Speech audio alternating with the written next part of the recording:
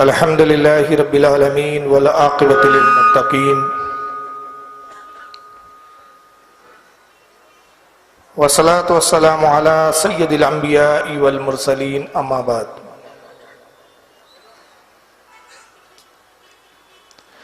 क़ाल अल्लाहु तबारक व तआला फ़िल क़ुरानिल मजीद वल फ़ुरक़ानिल हमीद इन्नमा यख्शल्लाह मिन इबादिही उलमा। सदक़ल्लाहुल अज़ीम, सदक़ा सादिक़ुल मस्दूक़ अलैहि सलातो व तस्लीम। इन्नल्लाह व मलाइकतहु युसल्लूना अलन नबी या अय्युहल्लज़ीना आमनू सल्लु अलैहि व सल्लिमू तस्लीमा। अल्लाहुम्मा सल्लि अला सय्यिदिना मौलाना शफीअना व हबीबना व तबीबना व नबियना व मौलाना मुहम्मदिन व अला आलिहि व अस्हाबिहि व अहले बैतिहि व ज़ुर्रिय्यतिहि व बारिक वसल्लिम। सलातु वस्सलामु अलैका या रसूलुल्लाह सल्लल्लाहु तबारक व तआला अलैहि वसल्लम। वादी रजा की कोहे हिमाला रजा का है, वादी रजा की कोहे हिमाला रजा का है, जिस समत देखिए वो इलाका रजा का है। पिछलों ने तो लिखा बहुत इल्म दीन पर,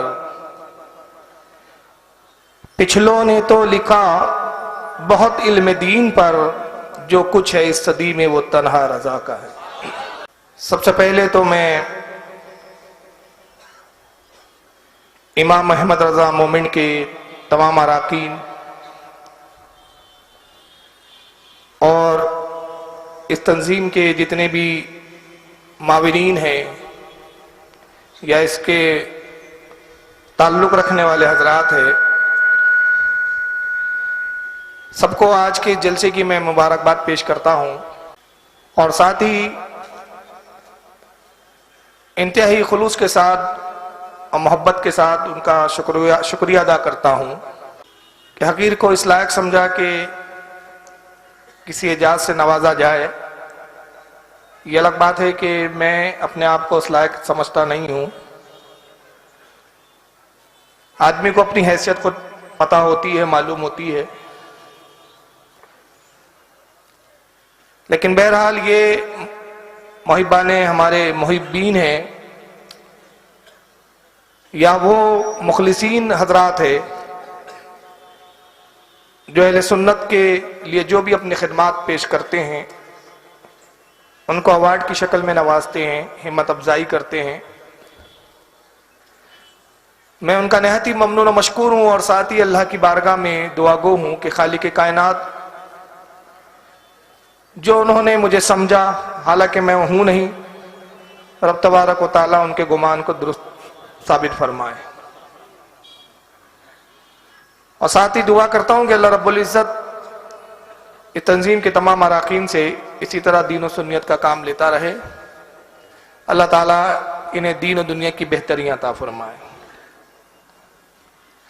साथ ही इस वक्त मस्जिद रसूल पर जितने उलमा अहले सुन्नत रौनक अफरोज है, जलवा अफरोज है,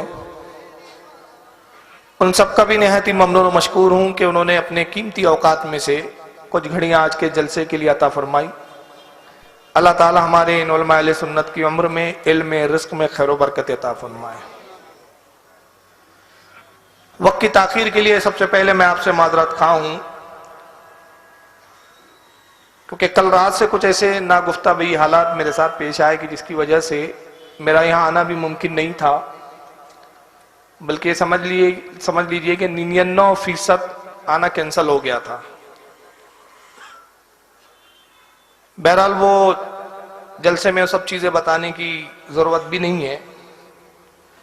बहरहाल ये आपकी मोहब्बत थी और इनका जज्बा था इमाम अहमद रज़ा मोमिन का कि जो आपके रूबरू मुझे इन्होंने कर दिया, इसलिए काफ़ी ताख़ीर हुई और ताख़ीर की वजह से जलसे की जो अभी नौयत है वो ऐसा है कि अब बहुत मुख्तसर वक्त में बहुत कुछ कहना है। हालांकि आज के जलसे के लिए मेरा इरादा ये था कि अगर 9 बजे मैं बैठ जाऊं या 9:30 बजे, लेकिन मैं पहुंचा ही हूं, अभी हूं, तो इरादा था कि काफ़ी गुफ्तगू करूं और काफ़ी चीज़ें आला हज़रत के ताल्लुक़ से बयान करूं, लेकिन अफसोस कि जो मैंने सोचा था वैसा नहीं हो पाया है। बहरहाल जो भी घड़ियां मिली है गनीमत है। अल्लाह ताला हमारे जज्बे को, हमारी इन खिदमात को, हमारे कहने और सुनने को अपनी बारगाह में कबूल फरमाए। तो बेजा ना हूँ सफरुल मुजफ्फर का, क्योंकि जैसी सफर की इब्तिदा होती है पूरी दुनिया में आला हजरत को याद करने का सिलसिला शुरू हो जाता है। लेकिन इससे पहले कि मैं आला हजरत के ताल्लुक से कुछ अर्ज करूं, मैं एक बात अर्ज करना चाहता हूं कि आला हजरत फाजिल बरेलवी वो जात है कि जिनका जिक्र या जिनकी फजीलत का तस्करा हदीस पाक में। अब देखिए, आपने तो जज्बात में सुभान अल्लाह कह दिया, लेकिन अगर यहाँ गैर मुकल्लिदीन सुन रहे होंगे तो कान खड़े हो गए होंगे उनके, और वो सोच रहे होंगे देखो यार बरेलवी लोग कितना मुबालगा करते हैं। 1400 साल के बाद आला हज़रत पैदा हो रहे हैं और ये कह रहे हदीस में जिक्र है। वाह! हम कहते बेशक उसके लिए निगाहें चाहिए, बसीरत चाहिए, और जब इंसान बसीरत, निगाहों और मोहब्बत और इश्क में डूब कर देखता है तो उसको अपने रसूल के कलमात में अपने बुजुर्गों पेशवा के तस्करे नजर आते हैं। अब इन्हें अपने बुजुर्गों के इसलिए नजर नहीं आएंगे कि इनके बुजुर्ग उस लायक है ही नहीं कि हम जिक्र करें, तो फिर रसूलुल्लाह क्या जिक्र करें इनका। लेकिन अल्लाह का फजल है कि हमारे बुजुर्गान दीन वो है कि जिनका जिक्र हम तो करते ही हैं, बल्कि फरिश्ते भी करते, और सिर्फ फरिश्ते नहीं बल्कि अल्लाह के रसूल ने भी जिक्र किया और रब तबारक व तआला भी जिक्र फरमाता। तो मैं ये अर्ज कर रहा हूं कि आला हजरत का जिक्र हदीस में, उनकी फजीलत हदीस में है। अब ये अलग बात है कि नाम के साथ तो नहीं है, लेकिन अगर बसीरत की आंखें हो, मोहब्बत की निगाहें हो, तो उसमें आपको आला हजरत की जात नजर आएंगी। आइए पहली हदीस में आपके सामने पेश कर रहा हूं, बल्कि दिखा भी देता हूं, इसलिए कि मेरा काम बताना ही नहीं, दिखाना भी होता है। अगर ये आपको मॉनिटर पे दिखी हो तो ये कंजुल उम्माल है, हदीस की किताब। भाई ये आ रहा नहीं है क्या? इधर मॉनिटर पे नहीं आ रहा है। अच्छा, ये घुमाएंगे तो आएगा। कंजुल उम्माल हदीस की कई जिल्दों में एक किताब मिलती है, मौजूद है, पढ़ी या पढ़ाई जाती है। इमाम हुस्सामुद्दीन हिंदी ने इसको जमा किया, हदीस रसूलों को। इसमें सैकड़ों हदीसें, कई हजार हदीसें हैं। इसकी जिल्द नंबर 10 है जो आपके सामने है। सफा नंबर इसका 229 है और हदीस नंबर है 29209। साहिब कंजुल उम्माल कहते हैं, आइए, उन्होंने सनद बाद में लिखी है, डायरेक्ट हदीस शुरू कर दी, 29209 की हदीस है। मगर मैं सनद के साथ, क्योंकि सनद आखिरी में लिखी, मैं शुरू से पढ़ता हूं ताकि हदीस को समझने में आपको आसानी हो। यह अनिल हसन इब्ने अली रदी अल्लाह तआला अन्हु, अनिल हसन इब्ने अली रदी अल्लाह तआला अन्हु, हजरत हसन इब्ने अली रदी अल्लाह तआला अन्हु से रिवायत है। हजरत इमाम हसन सब जानते हैं कि रसूलुल्लाह के नवासे हैं, शहजादे रसूल से यह रिवायत मरवी है। काला काला रसूलुल्लाह सल्लल्लाहु अलैहि वसल्लम, अल्लाह के रसूल सल्लल्लाहु अलैहि वसल्लम की हदीस इमाम हसन रदी अल्लाह तआला अन्हु नकल करते फरमाते हैं कि अल्लाह के रसूल सल्लल्लाहु अलैहि वसल्लम के अल्फाज है, रहमतुल्लाहि अला खुलफाई। आका ने फरमाया कि अल्लाह की रहमत हो मेरे खुलफा पर, मेरे नायबों पर। अल्लाह की रहमत हो मेरे जो नायबीन हैं, जो मेरे खुलफा होंगे उन पर अल्लाह की। सरकार ने दुआ की सलासा मर्रात। ये असल में दूसरा नुस्खा है, और मैं जो सामने मेरे पास एक नुस्खा है उसमें ये अल्फाज मजीद है, और जो आपको नुस्खा नजर आ रहा है उसमें ये जुमले नहीं लिखे हैं, बल्कि इसमें कीला व मन खुलफा का या रसूलल्लाह, और दूसरे नुस्खे में एक अल्फाज ज्यादा है, सलासा मर्रातिन कीला मन खुलफा का या रसूल अल्लाह। यानी अल्लाह के नबी ने 3 बार ये कहा, अल्लाह की रहमत हो मेरे खुलफा पर, अल्लाह की रहमत हो मेरे खुलफा पर, अल्लाह की रहमत हो मेरे खुलफा पर। तो पूछा गया, साहबा ने अर्ज किया कि या रसूलल्लाह आपके खुलफा कौन है, आपके नाइबीन कौन है? काल, तो अल्लाह के रसूल ने इरशाद फरमाया, अल्लज़ीना युहियूना सुन्नती व युअल्लिमूना अन्नास। अल्लाह के नबी ने फरमाया मेरे खुलफा वो हैं जो मेरी सुन्नत को जिंदा करते हैं, मेरी सुन्नत को हया बख्शते हैं, जिंदा करते हैं, और फिर लोगों को उसको तालीम देते हैं। सुन्नत को जिंदा करना और लोगों तक उसको पहुंचा देना, यह काम होता है मुजद्दिद का। चूंकि आला हजरत फाजिल बरेलवी अपने सदी के मुजद्दिद है, इसलिए मैं अर्ज कर रहा हूं कि यहां आला हजरत का भी गोया जिक्र इस हदीस में आ गया है। क्योंकि जब नबी कह रहे अल्लाह की रहमत हो मेरे खुलफा पर, तो गोया निगाह मुस्तफ़ा देख रही है कि पहले मुजद्दिद से लेकर कयामत तक जितने मुजद्दिदीन आएंगे सब मेरे खुलफा है, और आका अपने सारे खुलफाओं को जानते हैं, इसलिए उनके लिए रहमत की दुआ कर रहे हैं। तो इस फेरिस्ट में मुजद्दिदीन की जो फेरिस्ट है, इसमें आला हजरत फाजिल बरेलवी की भी जात है। गोया रसूलुल्लाह की निगाह में आला हजरत भी थे। और फिर इस हदीस को कंजुल उम्माल के अलावा और भी लोगों ने लिखा है, जैसे मसलन इमाम इब्न असाकिर ने तारीख दमिश्कुल कबीर के अंदर जिल्द 1 सफ़ा 61 पे लिखा। इमाम इब्न अब्दुल बर ने जामे बयानुल इल्म व फज़ल ही जिल्द 1 सफ़ा 46 पर लिखा, और इमाम फखरुद्दीन राजी ने तफसीर कबीर के अंदर जिल्द 1 सफ़ा 275 पर लिखा। आइए एक और फजीलत मुजद्दिद के बारे में हदीस से सुने। ये हदीस का ताल्लुक भी मुजद्दिद से है। ये हदीस की किताब है सुनाने दारमी, और दारमी शरीफ जो है ये बड़ी मोतबर हदीस की किताब है। इमाम दारमी रहमतुल्लाह ताला अलैह, जो इमाम बुखारी के उस्ताद हैं, इमाम मुस्लिम के उस्ताद हैं, इमाम अबू दाऊद के उस्ताद हैं, ये तीन बड़े इमामों के उस्ताद हैं, और भी इनके शागिर्द हैं, लेकिन ये तीन जो असहाबे सियाह सित्ता में जिनका जिक्र और शुमार आता है, उनके भी उस्ताद हैं। इमाम बुखारी के, इमाम मुस्लिम के, इमाम अबू दाऊद के। सुनन दारमी 2 जिल्दों में हदीस की इनकी मशहूर मारूफ किताब है। चुनांचे सुनन दारमी की जिल्द नंबर 1 है, सफ़ा 166 है, और इसकी हदीस नंबर है 380। इमाम दारमी ने पूरी सनद बयान की और सनद पहुंचाया उन्होंने कि हमने इनसे सुना, हमें इन्होंने खबर दी, उन्होंने उनको खबर दी, वगैरह वगैरह। सनद पहुंचा के कहते अनिल हसन रदियल्लाहु अन्हु, हजरत हसन से रिवायत है। और शारीन कहते हैं यह हसन से मुराद इमाम हसन नहीं है, बल्कि कौन है? इमाम हसन बसरी रहमतुल्लाह ताला अलैह। एक इमाम हसन से हदीस पहली वाली गुजरी जो रसूलुल्लाह के नवासे हैं, और ये इमाम हसन बसरी है जो बसरा के रहने वाले थे, तबे ताबई है, जलील कद्र तबे ताबई, माफ कीजिएगा ताबई है, जलील कद्र ताबई। बल्कि बाज रिवायतों के मुताबिक बाज सूफिया के नजदीक हजरत मौला कायनात हजरत अली के शागिर्दों में भी शुमार होता है। तो इमाम हसन बसरी से रिवायत है, काला काला रसूलुल्लाह सल्लल्लाहु अलैहि वसल्लम। इमाम हसन बसरी कहते हैं कि अल्लाह के रसूल सल्लल्लाहु अलैहि वसल्लम ने इरशाद फरमाया, सरकार से हदीस है, मन जाउल मौत, आका ने फरमाया कि दौराने हुसूल इल्म अगर किसी को मौत आ जाए, कोई इल्म हासिल करता रहे और उसी दरमियान में उसको मौत हो जाए, वह हुआ यतलुबुल इल्म लो यहिया बिहिल इस्लाम फबैनहु व बैनन नबीना दरजातुन वाहिदतुन फिल जन्ना। आका ने फरमाया कि जो इल्म दीन हासिल करता रहे, इल्म हासिल करता रहे, उसी दरमियान उसकी मौत आ जाए, इंतकाल हो जाए, और इल्म हासिल करने का मकसद उसका ये हो, उसका मकसद ये हो इल्म हासिल करने का कि वो उस इल्म के जरिए इस्लाम को जिंदा करे। वो इल्म के हुसूल के लिए इसकी मकसद और कोशिश किस लिए हो कि इस्लाम को जिंदा करे, इस्लाम को अहया बख्शे, इस्लाम को मजबूत करे। तो आका फरमाते हैं कि जन्नत में उसके और नबी के दरमियान सिर्फ 1 दर्जे का फर्क होगा, ये मकाम होगा। नबी 1 दर्जा उससे बुलंद होंगे और वो नबी से 1 दर्जा सिर्फ कमतर होगा। यहाँ रसूलुल्लाह की जात नहीं है, आप हुजूर को शुमार ना करें, यहाँ कौम बनी इसराइल के अंबिया मुराद है। क्योंकि एक दूसरी हदीस में आता है कि आका फरमाते हैं कि मेरी उम्मत के उलमा अंबिया बनी इसराइल के मिसल है।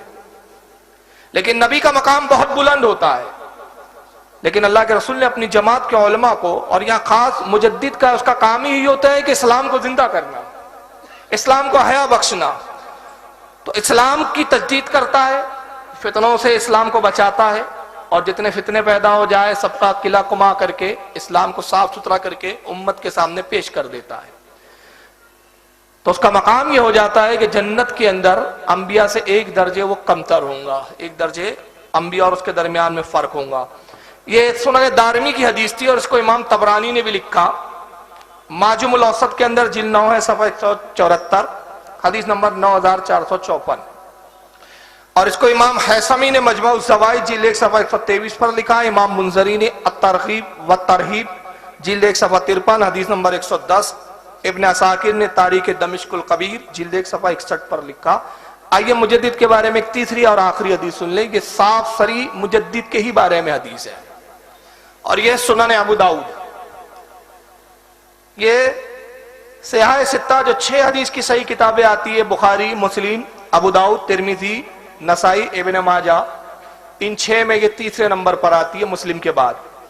अबू दाऊद शरीफ की जिल्द नंबर 4 है, सफ़ा नंबर 313, किताबुल मलाहिम, हदीस नंबर 4291 4291 और रिवायत है अबू हुरैरा से। जलील क़द्र साहबी अबू हुरैरा। इमाम अबू दाऊद ने पूरी सनद बयान की। हद्दसना सुलेमान बिन दाऊद अल मुहर्रियो, हमसे हदीस बयान की सुलेमान बिन दाऊद मुहर्री ने, अखबरना इब्न वहबिन, वो सनद पहुंचाई इन्होंने यहाँ तक के इन्होंने उनसे सुना, इन्होंने उनसे सुना, और फिर यहाँ तक के रिवायत अबू हुरैरा तक पहुंचाई और कहा कि अन अबी हुरैरा फीमा अलमो अन रसूलुल्लाह सल्लल्लाहु अलैहि वसल्लम काल। अबू हुरैरा रज़ियल्लाहु ताला से रिवायत है, इमाम अबू दाऊद कहते हैं, और कौन सी रिवायत है, जुमले अंदाज सुने, फीमा अलमो अन रसूलुल्लाह सल्लल्लाहु अलैहि वसल्लम। अबू हुरैरा से रिवायत है उस इल्म से जो उन्होंने रसूलुल्लाह से हासिल किया, यानी नबी पाक सल्लल्लाहु अलैहि वसल्लम से जो कुछ अबू हुरैरा ने इल्म हासिल किया, उस इल्म में ये भी बात है, ये भी रिवायत है कि आप सल्लल्लाहु अलैहि वसल्लम ने इरशाद फरमाया, आका ने, इन्नल्लाह यबसु लिहाज़िहिल उम्मती अला रासी कुल्ल मियाती सिनातिन मैं युजद्दिदु लहा दीनहा। आका ने फरमाया कि लोगों, इस उम्मत के लिए हर सदी के आखिर में अल्लाह ताला एक शख्स को मबूस फरमाता है। हर सदी में, हर सदी के आखिर में मेरी उम्मत में अल्लाह एक शख्स को मबूस फरमाता है, और वो शख्स करता क्या है, अल्लाह के दीन की तजदीद करता है, दीन को निखारता है। तो जो ये तजदीद करता है, ये कौन होता है, ये मुजद्दिद होता है। और ये हदीस बिल्कुल साफ सरी मुजद्दिद के बारे में आती है। हर सदी के आखिर में एक मुजद्दिद पैदा होता है, और इसमें एक खास लफ्ज है, इन्नल्लाह यबसु, बेशक अल्लाह उसको मबूस करता है। यानी इस बात से पता चल गया कि आप और हम किसी को मुजद्दिद नहीं बनाते,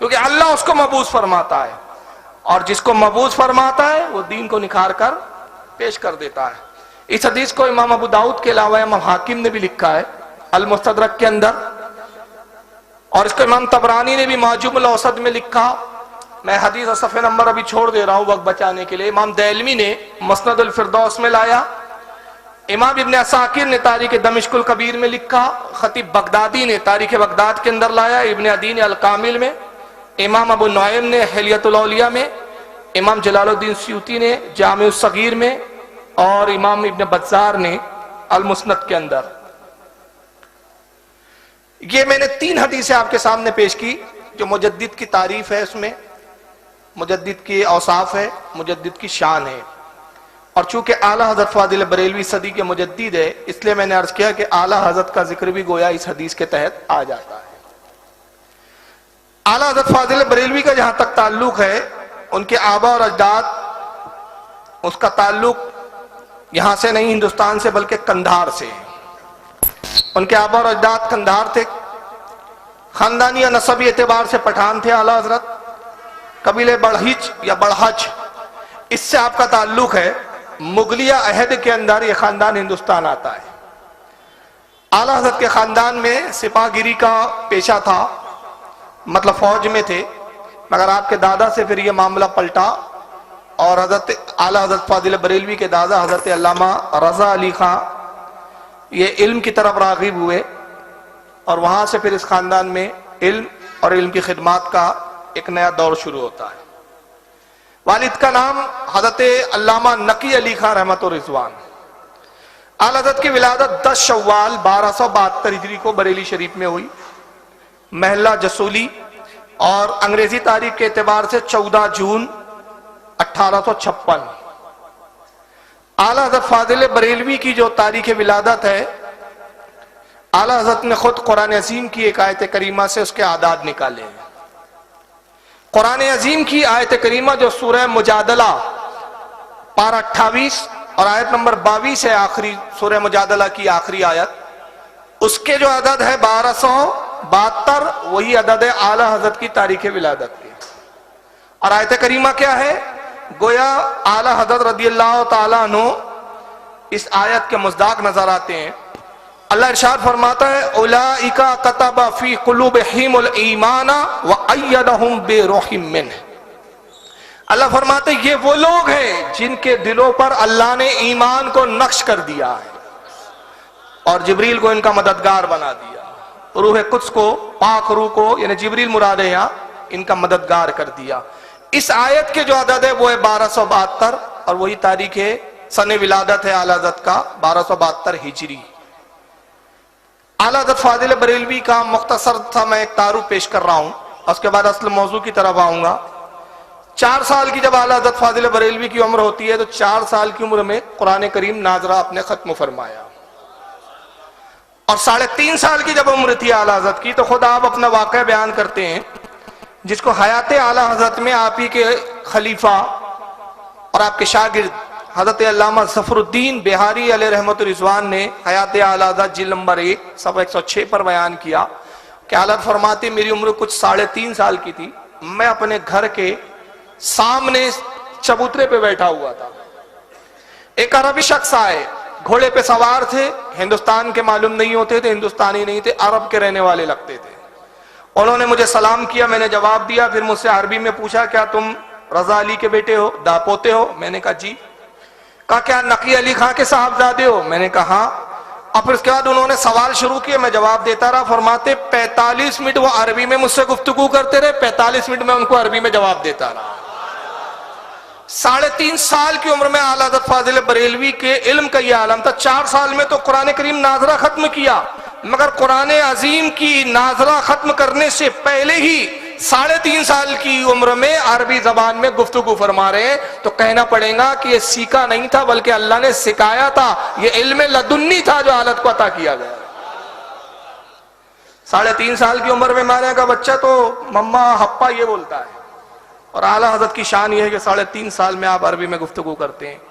6 साल की जब आपकी उम्र हुई तो 6 साल की उम्र में जश्न ईद मिलादुन नबी के मौके पर 2.25 घंटे आपने मुसलसल तकरीर फरमाई। 8 साल की उम्र में पहली किताब लिखी।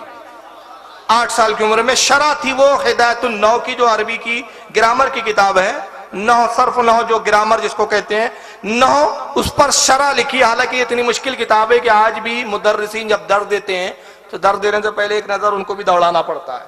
मगर 8 साल की उम्र में आला हज़रत फाजिल बरेलवी ने पहली बार मतलब जो है कलम उठाया और हिदायतुन नौ की शरा लिखी। 8 साल की उम्र में ही आपने पहला फतवा दिया। हालांकि ये फतवा बहैसियत मुफ्ती नहीं था, बाज़ाब्ता नहीं था। इसका वाक़या ये हयात आला हज़रत में अल्लामा ज़फ़रुद्दीन जिल्द 1 सफ़ा 123 पे फरमाते हैं कि उस ज़माने के एक बहुत बड़े आलिम थे, इनका नाम था मौलाना इरशाद रामपुरी, रामपुर के रहने वाले थे। उनका फतवा आया आला हज़रत के वालिद के पास तस्दीक के लिए कि आप भी इससे मुत्तफ़िक़ और दस्तखत कर दें। टेबल पे रखा हुआ था, आला हज़रत फाजिल बरेलवी की नज़र पड़ी, आला हज़रत ने कुछ इस पर एतराज़ात किए और उसके बाद अपनी जानिब से एक दूसरा जवाब वहां तहरीर कर दिया और कागज रख के आप चले गए। आला हज़रत के वालिद अल्लामा नकी अली आए, देखा तो एक जवाब तो वो था जो मौलाना इरशाद रामपुरी का था और दूसरा जवाब ये था। तो आला हज़रत की राइटिंग देखकर पहचान गए, खत देखकर के आला हज़रत का काम है। बुलाया, अब बुलाने के बाद फरमाया कि साहबजादे ये आपने लिखा है? कहा जी। कहा मौलाना इरशाद रामपुरी पर आपने ये एतराज किया है? कहा। आला हज़रत ने उनके दलाइल देखे तो बड़े खुश हुए और खुश होने के बाद आपने फरमाया कि साहबजादे अच्छा लिखा, लेकिन ये अभी उम्र नहीं है कि अभी आप फतवा दिए। उस वक्त मना कर दिया।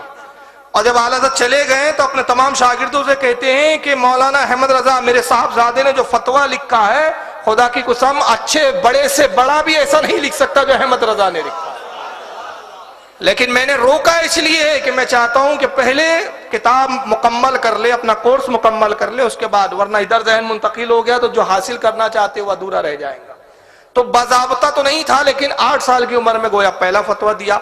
और 10 साल की जब उम्र हुई तो आला हज़रत ने मुसल्लम सुबूत जो किताब है अरबी की, उसका हाशिया लिखा और 1286 हिजरी के अंदर 13 साल 10 माह 5 दिन की जब आपकी उम्र थी तो आप आलिम होकर फारिगुत तहसील हो चुके थे। 13 साल की उम्र में आप मुकम्मल आलिम भी हो गए और 13 साल की उम्र में ही पहला फतवा बहैसियत मुफ्ती लिखा।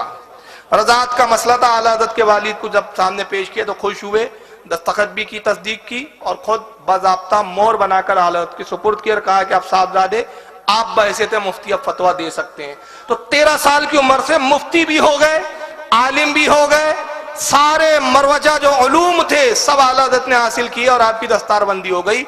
और उस वक्त एक बात बता दूं, हालांकि भी मौजू नहीं है, कुछ लोग कहते हैं ना कि अशरफ अली थानवी और आला हज़रत एक मदरसे में साथ साथ पढ़ते थे, तो इस पर तो मेरी एक मुकम्मल तकरीर है, उसका नाम है हमारा मुजद्दिद तुम्हारा मुजद्दिद। तो 3.5 घंटे की इसी पे तहकीकी तकरीर है कि थानवी साहब किस उम्र में क्या करते थे, आला हज़रत किस उम्र में क्या करते थे। तो एक मिसाल तो मैं दिया कि 3.5 साल की उम्र में आला हज़रत अरबी में गुफ्तगू करते थे और मौलाना अशरफ अली थानवी साहब खुद लिखते हैं कि मेरी उम्र 5 साल थी तो मैंने अपने बड़े भाई के सर पर पेशाब किया। अब ये एक अलग मौजू है, मैं नहीं छेड़ना चाह रहा क्योंकि फिर मेरा असल तहकीकी मामला रह जाएगा। आप वाली तकरीर सुन ले नेट पर जाके, हमारा मुजद्दिद तुम्हारा मुजद्दिद। उसमें खुद लिखते हैं कि एक दिन मैं बैठा था, मेरे बड़े भाई आए, मेरे सर पर पेशाब करना शुरू कर दिया, तो मैंने भी खुन्नस पाल ली कि बदला लेके रहूंगा। कहा मैं भी ताक में था, एक दिन ये हुआ कि भाईजान बैठे हुए थे, मैं टीले पे चढ़ा और मैंने भाई के सर पे पेशाब किया। अब्बा जान ने देख लिया, कान ममोड़े, कहा ये क्या हरकत है, कहा पहले उन्होंने शुरुआत की थी। तो ये इनका मुजद्दिद था। आला हज़रत 3.5 साल में क्या कर रहे हैं, तकरीर। 4 साल की उम्र में तकरीर हो रही, 6 साल की उम्र में तकरीर हो रही है, 3.5 साल की उम्र में अरबी में गुफ्तगू कर रहे हैं, 4 साल की उम्र में कुरान अज़ीम खत्म हो रहा है और ये 5 साल की उम्र में भाई के सर पे पेशाब कर रहे हैं। और फिर एक जगह यहां भी लिखा, कहा कि मुझे वो शरारतें सूझती थी उस उम्र में जो अच्छों को नहीं सूझती थी। एक मरतबा हमारे मामू थे, कहता मामू साहब बड़े थके थकाए आए काम से, वालिद साहब ने एक ठिये के काम पे रखा था, वालिदा ने खाना सामने रख दिया, मुझे शरारत सूझी, घर के सामने बाजार था, मैं बाजार गया, एक कुत्ते का पिल्ला पकड़ के लाया और दाल की रकाबी में डाल दिया। कहते बेचारे मामू साहब बड़े सीधे साधे थे, कुछ नहीं बोले, चुपचाप खड़े हो गए। तो ये थानवी साहब शरारत करते थे 5 साल की उम्र में। आला हज़रत और थानवी की उम्र में कुल 8 साल का डिफरेंट था। आला हज़रत 8 साल अशरफ अली थानवी से बड़े थे। अंदाजा लगाइए 13 साल में जब आला हज़रत मुफ्ती हो गए तो थानवी साहब की उम्र कितनी थी उस वक्त, कितने साल? तो 5 साल में देवबंद के मदरसे कब गए, कि मदरसा नहीं गए थे, भाई के सर पे पेशाब कर रहे थे घर में। तो साथ में पढ़ना तो बहुत दूर की बात, आला हज़रत ने देवबंद के मदरसे को भी कभी नहीं देखा। अरे देवबंद का मदरसा तो बहुत दूर की बात, मैं चैलेंज करके कह रहा हूं, कोई माइकल अलशिफ ये साबित कर दे कि देवबंद शहर में कभी आला हज़रत गए हो, कभी देवबंद के शहर भी नहीं गए आला। तो मदरसा तो बहुत दूर की बात है, लेकिन बहरहाल मेरा वो मौजू नहीं है। 25 सफरुल मुज़फ्फर 1340 हिजरी जुमे का दिन और खास खुतबे का वक्त, जब खतीब खुतबा देता है, उस खुतबे के वक्त आपका विसाल हुआ बरेली शरीफ में जुम्मे के दिन। उस वक्त आपकी उम्र थी 68 साल और आपने 54 साल खुद कुल जो है फतवा नवीसी में गुजारे। 13 साल से अगर आप माइनस करें 68 में तो कितने निकलेंगे, 54 साल, 54। और 54 साल में फतावे तो छोड़िए, आखिरी वक्त के फतावों को जमा किया शागिर्दों ने, आखिरी वक्त के इब्तिदा के फतवों को जमा करने का एहतमाम नहीं किया गया। जब आखिरी वक्त के जब जमा किए गए तो 30 जिल्दों में फतावे रज़विया सामने आती है, 30 जिल्दों में, और 1300 किताबें आला हज़रत की मुख्तलिफ उलूम व फुलूम, 55 उलूम व फुलूम पर आती है। मैं आज आला हज़रत के कुछ उलूम पर गुफ्तगू करूंगा और उसके बाद फिर हम असल मौजू की तरफ आएंगे जिसके लिए आपके लिए प्रोजेक्टर लगाया गया। पहले मैं ये तो बता दूं कि हमारे इमाम की शान क्या है। ऐसा कोई शान का कोई मौलवी किसी जमात में हो तो मैं दावा करता हूं कि पेश करके दिखा दे। इतने 55 उलूम पे महारत, जिसमें साइंस भी है, ज्योमेट्री भी है, इल्म कीमिया भी है, इल्म कीमिया ज्योमेट्री की जिसको कहते हैं, तिबियात है, फिजिक्स है जिसके अंदर, मैथमेटिक्स है, अर्थमेटिक है, कुरान हदीस तो एक अलग बात है। इसके अलावा भी आला हज़रत ने लिखे, लेकिन आज मैं एक नया गोशा आपके सामने पेश कर रहा हूं।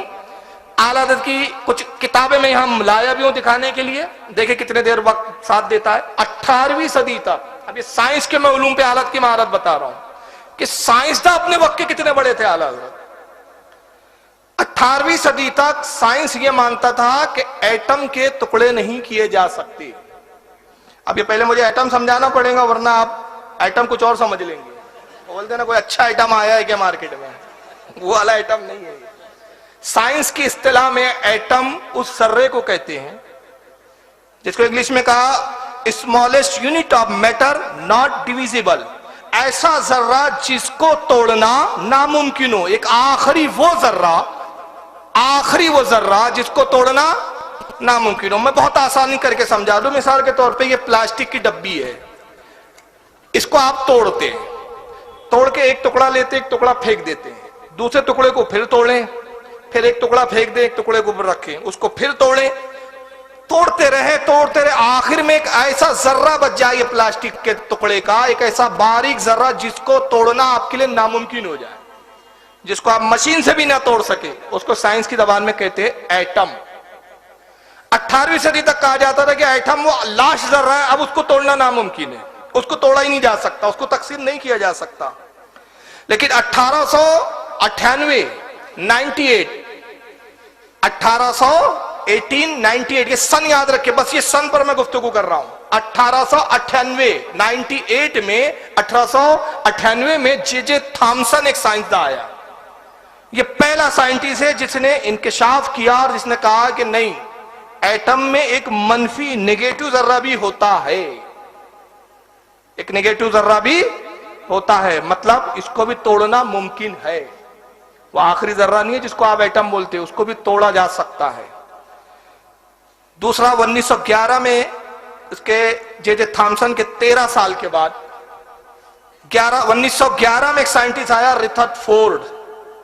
रिथर्डफोर्ड कहता है कि एटम तकसीम किया जा सकता है, ऐसी मशीनरियां इजाद की जा सकती है कि जिसको साइंस एटम कहता है कि तोड़ना नामुमकिन हो, उसको भी तोड़ा जा सकता है। 1911 में रिथर्डफोर्ड ने कहा, और उसके बाद 1913 में, यानी इससे 2 साल के बाद फिर एक और साइंटिस्ट आता है, उसने रिसर्च की जिसका नाम था नील बोहर।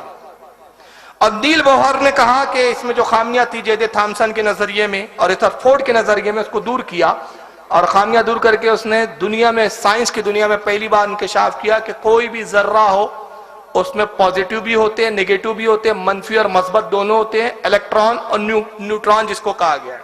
साइंस जो पढ़ते हो बच्चे समझ रहे होंगे इस बात को। लेकिन सबसे पहली जो तहकीक हुई थी कि एटम को तकसीम किया जा सकता है, वो साइंसदान कौन था? भूल गए अभी? J Thomson. किस सन में कहा? 1898 में। मगर आप ताज्जुब करेंगे 1880 में, यानी जे थॉमसन से 18 साल पहले आला हजरत फाजिल बरेलवी ने किताब लिखी और उसमें इंकशाफ किया, तहकीक करके बताया कि एटम को तोड़ा जा सकता है 1880 में। फिर आप सोच रहे होंगे कि यार जब 1880 में ही आला हजरत ने लिख दिया था तो जे थॉमसन का नाम पहले क्यों लिया गया, फिर आला हजरत का क्यों नहीं? तो इसमें सुन्नियों की एक बहुत बड़ी ट्रेजेडी है। आइए पहले किताब का मैं आपको दिखा दूं, ये किताब मौजूद है अब भी, आप इसको पढ़ के आला हजरत की तहकीकात को देख सकते हैं।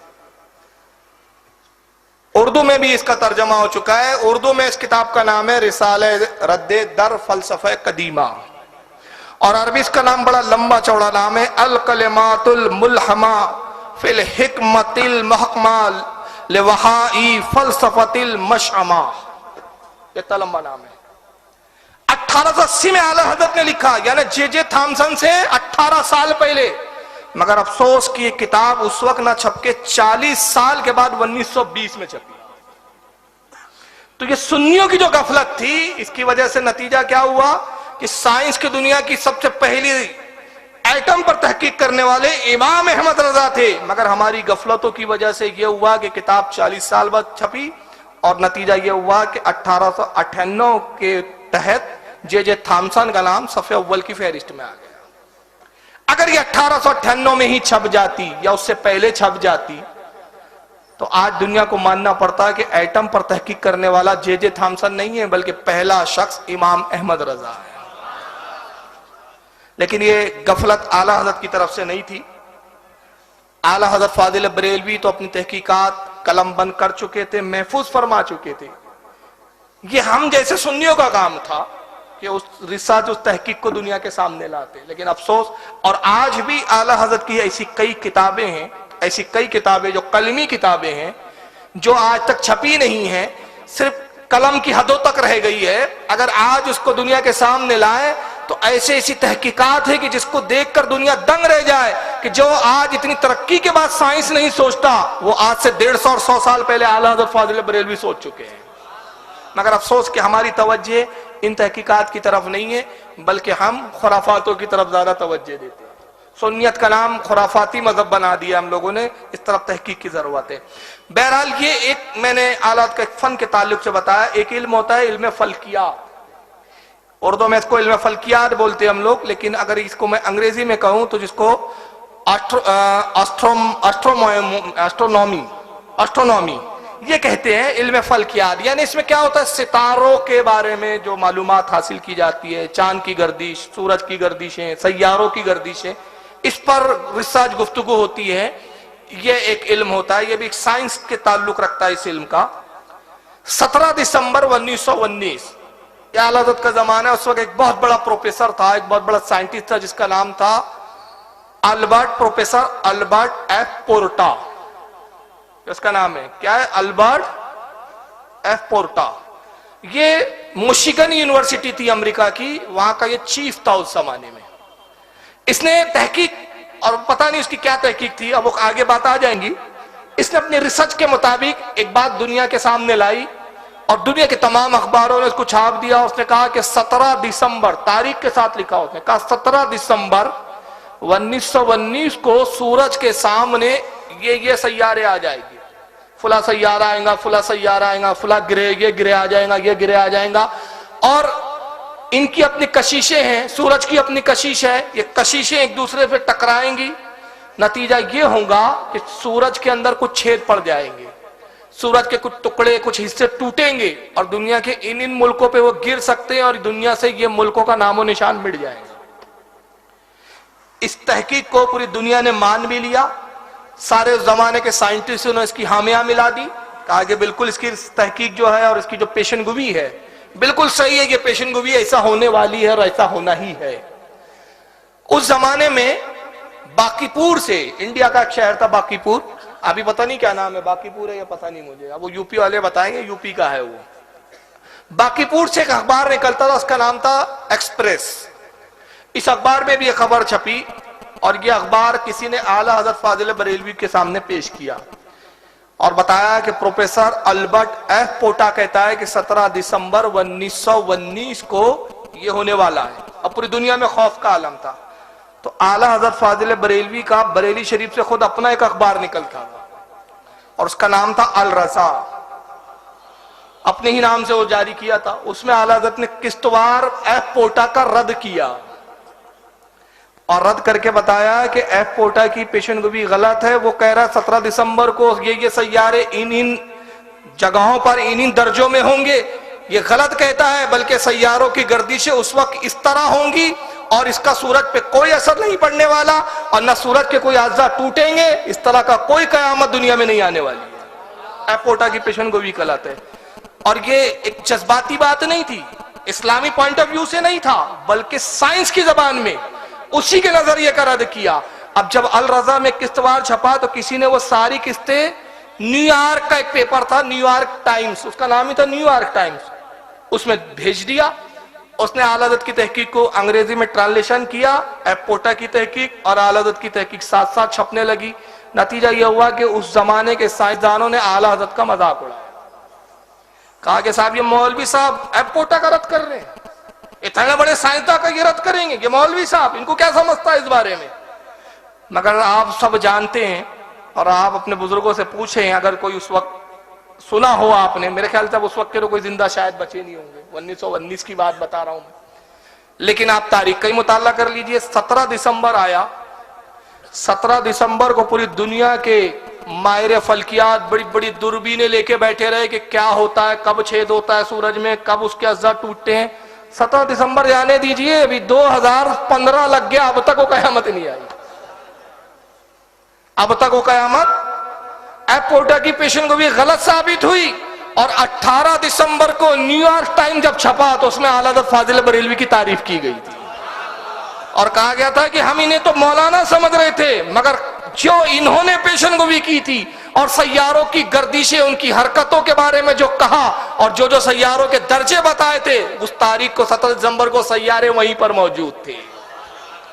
अब वो किताब कौन सी है? वो छप चुकी है, मार्केट में मौजूद है, आप चाहे तो ले सकते हैं। फिलहाल अगर आपको अलग ना मिले तो फतावा रज़विया शरीफ के अंदर ये आपको मिल जाएंगी। फतावा रज़विया के अंदर ये रिसाला वो किताब मौजूद है। इसका नाम है मुईन मुबीन बहरे दौरे शम्स व सुकून ज़मीन। ये है वो रिसाला जो ऐप पोटा की उस पेशनगोई के खिलाफ है, और आला ने पूरी साइंटिफिक दलीलें दी है इसमें कि ऐप पोटा की पेशनगोई में क्या खामियां है। और एक बड़ी मजेदार बात देखिए, कितनी दलीलों से उसका रद्द किया पता है आपको? 17। तो मैं सोचने लगा 17 ही क्यों, तो मेरा ख्याल है कि उसने कहा था 17 दिसंबर। ताला ने कहा तेरे 17 दिसंबर को 17 दलीलों से काटूंगा। और मेरा इश्क कहता है कि अगर वो 30 दिसंबर बोल देता तो आला हज़रत में 30 ही दलीलें देते, लेकिन उसने 17 बोला तो 17 ही दलीलों से रद्द कर दिया। और वो आज रिसाला आप पढ़े, फतवा रज़विया में मौजूद है, अलग से भी मिलता है, तो आपकी रूह खुश हो जाएंगी, आपका दिल खुश हो जाएगा, और आप देखेंगे कि आला हज़रत अपने वक्त के कितने बड़े साइंटिस्ट हैं। आइए एक नजरिया बताऊं जमीन की गर्दिश के ताल्लुक से।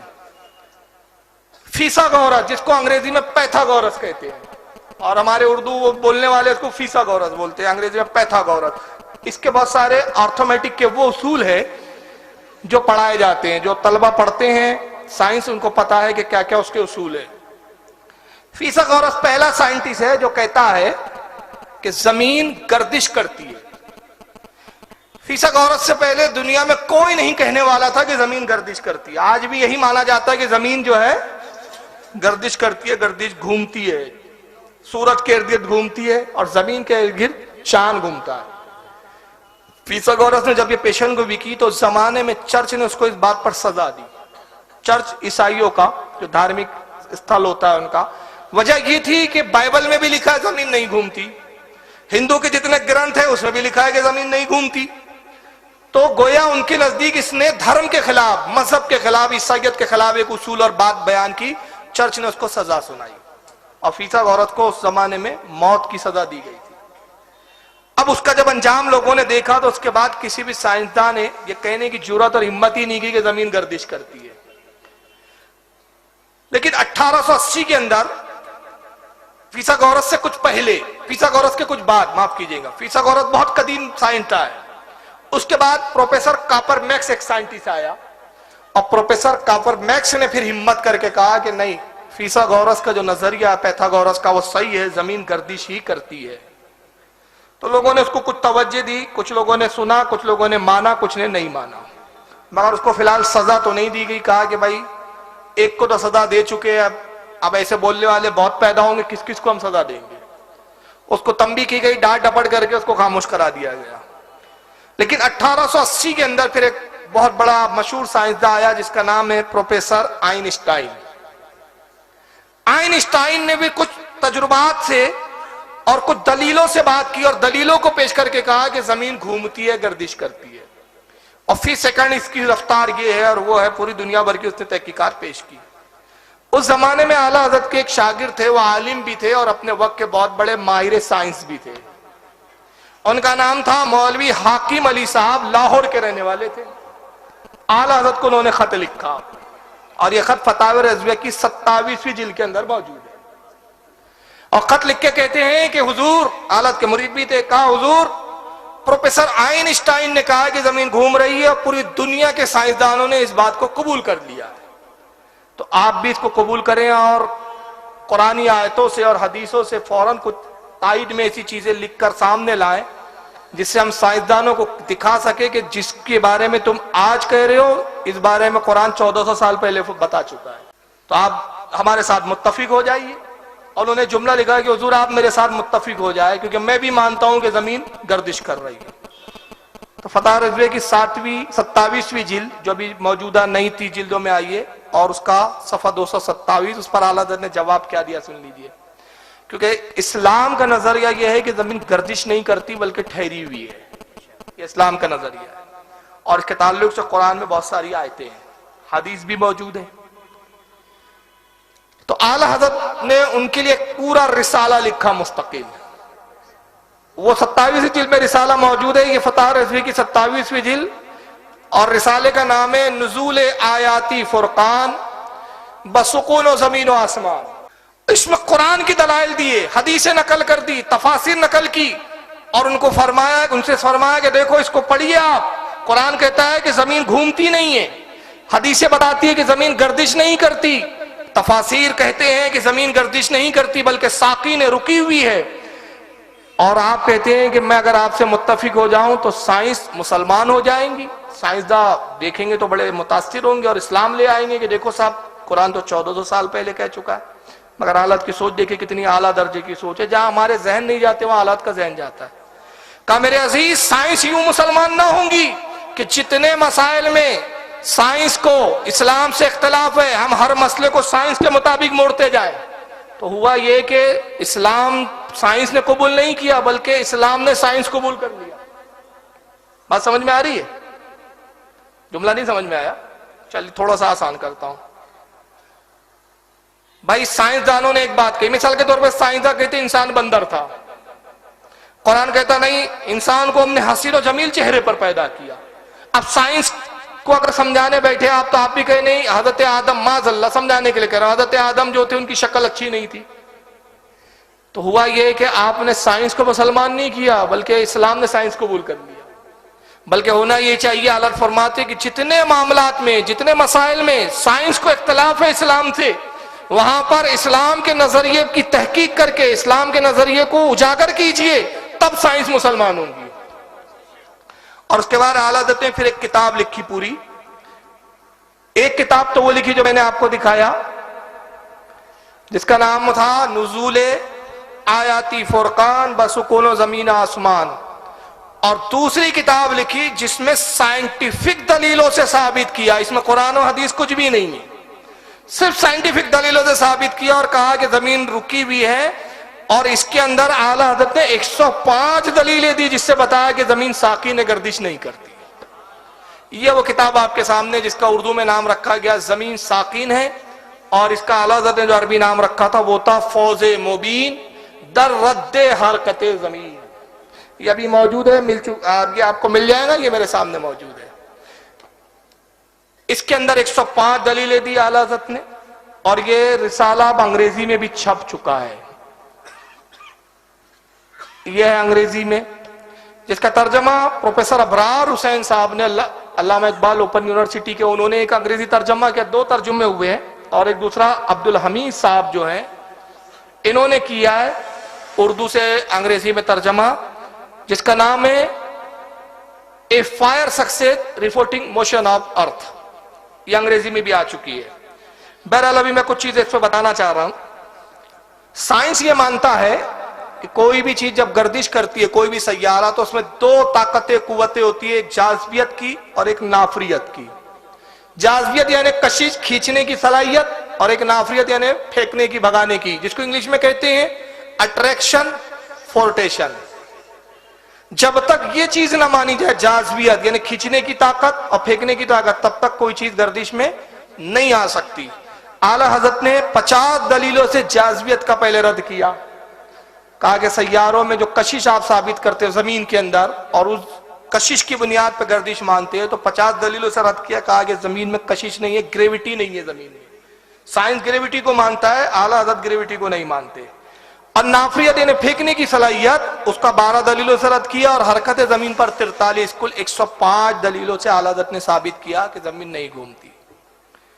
आला हज़रत के बहुत बाद, तकरीबन 15 से 20 साल के बाद, सर सैयद अहमद खान साहब है, जिनको आप भी जानते होंगे, इन्होंने भी एक किताब लिखी, और इनका भी नजरिया यह है सर सैयद साहब का कि जमीन गर्दिश नहीं करती। और उन्होंने इस किताब का नाम रखा कौले मतीन दर इब्ताले हरकते जमीन।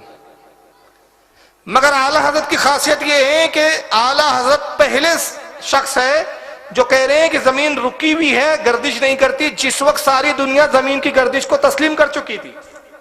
और दूसरा, आला हज़रत ने फौज़े मोबिन में जितने दलाइल 105 दिए, सब साइंटिफिक दलीलें दी, कुरान और हदीस से नहीं, इसलिए कि बात साइंसदानों को समझाना है। साइंसदान कुरान और हदीस नहीं मानेंगे जब तक उनके मिजाज के हिसाब से दलाइल से बात ना की जाए।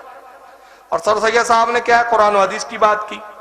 बहरहाल आला हजरत की जब ये किताब मार्केट में आई तो इसको अंग्रेजी में ट्रांसलेशन करके जर्मन भेजा गया, इटली भेजा गया, अमेरिका की यूनिवर्सिटियों में भेजा गया। तो जर्मन के एक साइंसदान वहां की जब आला की किताबों को उन्होंने पढ़ा तो 100 साइंसदान आला हजरत की तहकीक से मुत्तफिक हुए और मुत्तफिक होकर उन्होंने एक पूरी किताब लिखी जिसका नाम ही है किताब का 100 ऑथर अगेंस्ट आइंस्टाइन। ये किताब का नाम है। उन्होंने 100 साइंसदानों ने हालत से इत्तेफाक किया, कहा कि मौलाना अहमद रजा की जो तहकीक है वही सही है कि जमीन गर्दिश नहीं करती, आइंस्टाइन का नजरिया गलत है। 1981 में ग्लासगो के एक साइंसदान है, ग्लासगो एक कंट्री का नाम है, नाम सुना होगा आपने, प्रोफेसर वाइनबर्ग। इन तक जब हालत की किताब पहुंची तो ये भी साइंसदान, इन्होंने भी बड़ी रिसर्च की और हालत के नजरिए पे गौर किया और मुतासिर होकर फिर एक किताब लिखी। किताब का नाम है द फर्स्ट 3 मिनट्स और इस किताब में लिखते हैं वो कि आइंस्टाइन का नजरिया गलत है, साइंसदानों को दोबारा रिसर्च करनी चाहिए। लेकिन बहरहाल आज साइंस इस पर ज्यादा जोर देती है कि गर्दिश जमीन करती है। लेकिन मैं आला हजरत से की एक शान ये बताना चाह रहा हूं कि आला हजरत सिर्फ एक महज मौलवी नहीं थे बल्कि अपने वक्त के माहिर साइंसदान, माहिर इल्म में, उलूम में साइंसदान भी थे, माहिर तिब भी थे। तिब पर भी किताबें आला हजरत की, अर्थमेटिक, मैथमेटिक्स, इस पर भी आला हजरत की किताबें। एक एक पे बात करें तो काफी लंबी बात हो जाएंगी। ग्रामोफोन का नाम सुना होगा आपने, लेकिन बहरहाल कुछ पढ़े लिखे लोग बैठे हैं, कल एतराज ना करे इसलिए मैं एक बात वजाहत कर दूं। देखिए, जमीन रुकी है या गर्दिश करती है, एक नजरिया है, समझ रहे ना आप? और नजरिए रद्द होते हैं, नजरिए अटल नहीं होते। जैसे कि साइंस पहले मानता था कि इंसान बंदर है, मगर आज के मौजूदा साइंसदान नहीं मानते। डार्विन पहला साइंटिस्ट है जो कहता था इंसान बंदर है, बंदर से बदलते बदलते इंसान बन गया। लेकिन लेमार्क नाम का एक साइंटिस्ट आया, उसने साबित किया, कहा कि नहीं, डार्विन की थ्योरी गलत है, इंसान कभी बंदर नहीं रहा, और अगर बंदर बदल के इंसान बन गया तो ये बंदर बंदर ही क्यों रह गए, फिर ये इंसान क्यों नहीं बन सके, और फिर इंसान का डेवलपमेंट यहीं आके क्यों रुक गया, फिर और क्यों नहीं शक्लें बदल रही। तो लेमार्क ने रद्द कर दिया। आज पूरी साइंस जो है लेमार्क को मानती है, डार्विन की थ्योरी को रद्द करती है। पहले के साइंसदान कहते थे सूरज रुका हुआ है, गर्दिश नहीं करता। आज के मौजूदा साइंसदान मानते हैं कि सूरज गर्दिश करता है। तो ऐसे बहुत सारे नजरिए हैं जिस पर बड़ी तवील बहस की जा सकती है कि पहले साइंस कुछ और मानता था, अब कुछ और मानता है। तो मतलब यह हुआ कि एक नजरिया है। तो बिल फर्ज हमारा तो यकीन है कि आला हज़रत का ही नजरिया सही है, बस शर्त के उस पर तासुब के बगैर तहकीक की निगाह से देखा जाए तो हालत के दलाइल आपके समझ में आएंगे। लेकिन अगर बिल फर्ज कोई आला हज़रत की तहकीक से मुत्तफिक ना हो तो हम उसके कुछ नहीं कहते, और ना हम उसे बुरा कहते हैं, ना हम आला हज़रत की शान में इसको कमी समझते। इसलिए कि आला हज़रत की शान ये नहीं है, वो एक साइंसदान नहीं थे बहैसियत, वो तो खास आलिम दीन थे, दीन की खिदमत के लिए पैदा किए गए थे। ये तो उनकी एक एजाजी खुसूसियात है, एक खुसूसियत है कि बावजूद मौलाना हो के इन उलूम पर भी महारत रखते थे।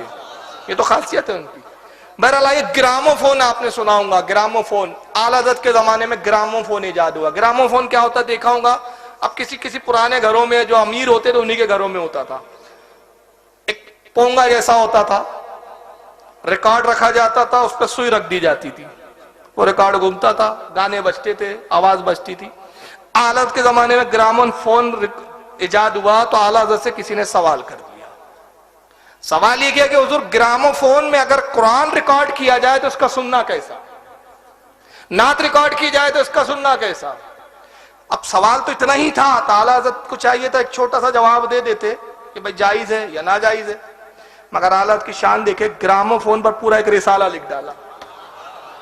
और रिसाले का नाम क्या है आइए वो भी आपको दिखा दूं मैं। उसका नाम है, ये भी फतावा रज़विया के अंदर मौजूद है, अल कश्फुश शाफिया हुक्म फोनू जराफिया। पूरा रिसाला लिखा और इसमें आला हज़रत ने पहले तो ये बताया कि ग्रामोफोन बनता कैसे, रिकॉर्ड बनता कैसे। जो रिकॉर्ड चलता है, जिसमें रिकॉर्ड होता है उसमें स्पीड होती है, आलत कहते, और स्पीड शराब के हुक्म में तो उसमें कुरान को डालना जायज नहीं, मगर किसी ने डाल दिया है तो वो उसको गुनाह होगा। और आपके पास आया तो कहते बाद चीजों में उसके सुनने का हुक्म असल है, बाद चीजों में असल का नहीं। मिसाल के तौर पर कुरान सुन रहे तो सुनना जायज है, मुबाह है, मगर उससे आयते सजदा सुनेगा तो सजदा तिलावत वाजिब ना होगा। कहते गाना सुनेगा, कव्वाली सुनेगा, फैज गीत सुनेगा, उस पर हराम का हुक्म लगेगा। ये नहीं है कि भाई वो आवाज तो मसनवी है, कोई इंसान की तो इंसान थोड़ी है, वो तो मशीन कह रही है, लेकिन हुक्म असल। तो बाद मामलों में असल का हुक्म, बाद मामलों में असल का हुक्म नहीं लगेगा। और उसके बाद आला हज़रत ने फिर आवाज की लहरों पर बहस की कि ग्रामोफोन आवाज पैदा कैसे करता है और ये हमारे कानों तक कैसे आती है, और जो हम सुनते हैं तो ये सुनते कैसे हैं, कानों के पर्दे कैसे होते हैं, हवा के अंदर आवाज का इर्तियाज कैसा बनता है, पर्दों पे कैसे वो असरअंदाज होता है, फिर वो आवाज हम कैसे महसूस करते। पूरे इल्म सोतियात जिसको कहते हैं, पूरा इल्म है इल्म सोतियात, जिसको फोनेटिशियन साइंस कहा गया इंग्लिश में, पूरे फोनेटिशियन साइंस की गुत्थियों पर, बारीकियों पर गुफ्तगू किया। ऐसा कोई मुहक्किक देवबंद में हो तो मैं चैलेंज करता हूं, मुझे दिखाओ। कोई गैर मुकल्लिदों में हो तो दिखाओ। अब देखिए, लोग आला से ऐसे सवाल पूछे थे, उनको भी पता था गंगोई के पास कुछ नहीं है, वहां जाना ही नहीं है, वहां तो कौवे हलाल है।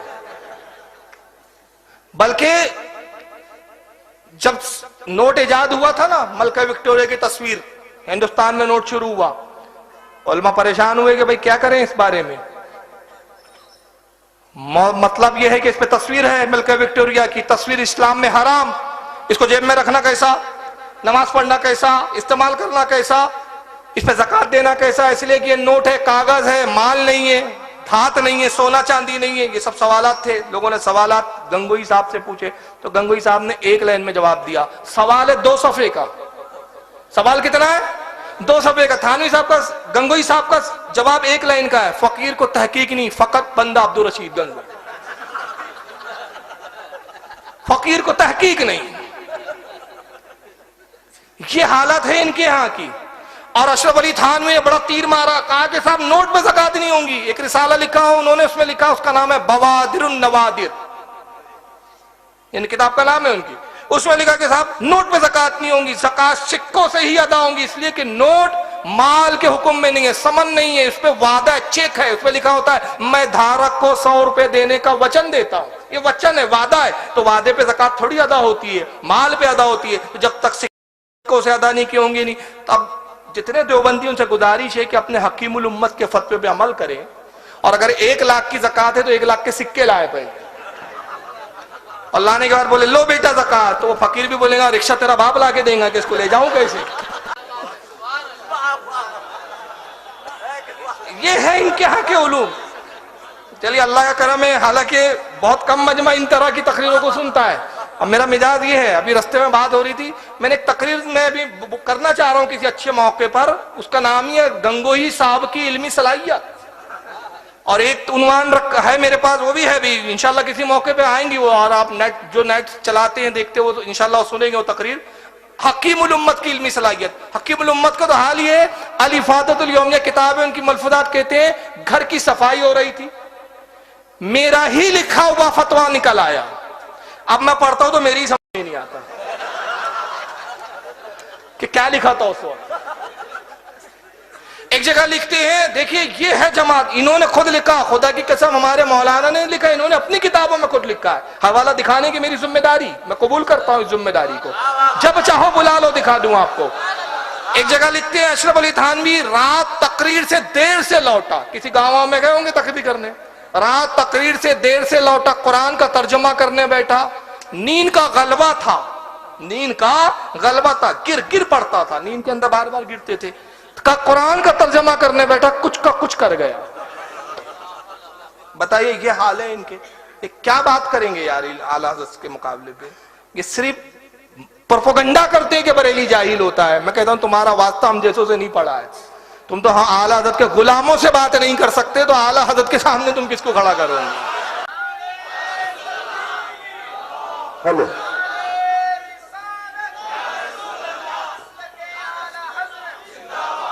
नाज़रीन सुन्नत, नारे तकबीर, नारे रिसालत।